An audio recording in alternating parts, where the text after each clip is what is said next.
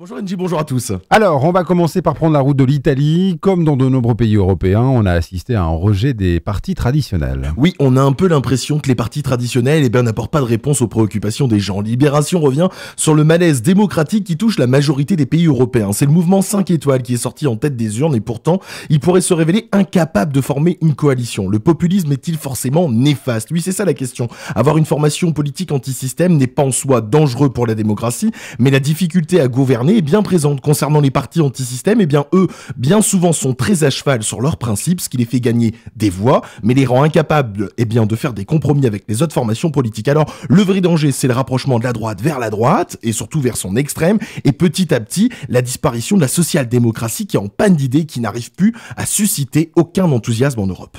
Et à partir du 1er avril, c'est une nouvelle version du carnet de santé. Le Dauphiné décrit le carnet de santé, nouvelle formule. Entre autres, il intègre 11 vaccinations désormais obligatoires. Plusieurs recommandations y sont ainsi émises. Avant 3 ans, évitez de mettre votre enfant dans une pièce où la télévision est allumée en permanence, par exemple. Autre conseil, il est préférable, si cela est possible, de placer le lit de votre bébé dans votre chambre pour les 6 premiers mois au minimum pour réduire le risque de mort inattendue des nourrissons. Alors, les derniers conseils me semblent très intéressants. Pour les vaccinations, c'est vrai qu'un pôle public de vaccination pourrait faire sortir de nos têtes les éventuels soupçons sur les laboratoires pharmaceutiques. Allez, c'est une étude sur les inégalités femmes-hommes qui démontre encore beaucoup de travail dans notre région. Oui, la journée internationale de la lutte des femmes pour l'égalité des droits, c'est aujourd'hui la meilleure occasion de rappeler que les inégalités n'ont pas disparu. Sur le site France Info, on retrouve les résultats de l'enquête de l'INSEE dans les Hauts-de-France. L'Institut part du constat que dans la région, les femmes accèdent moins facilement au marché du travail que les hommes. Cette inégalité est plus importante qu'en moyenne nationale et se traduit notamment par des situations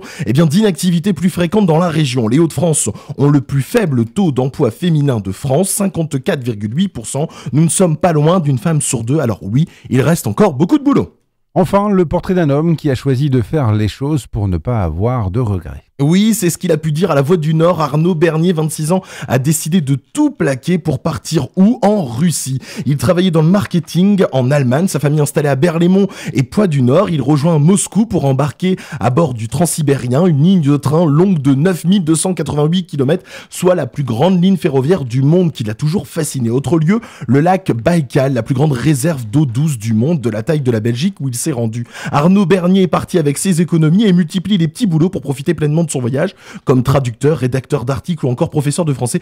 Pour mieux faire connaissance, il avait même pris les petites bêtises de Cambrai. Il le dit, ce pays est captivant car tout le monde semble en avoir peur, c'est précisément ce qui m'attire. Bravo à Arnaud Bernier qui m'a presque donné envie d'aller en Russie.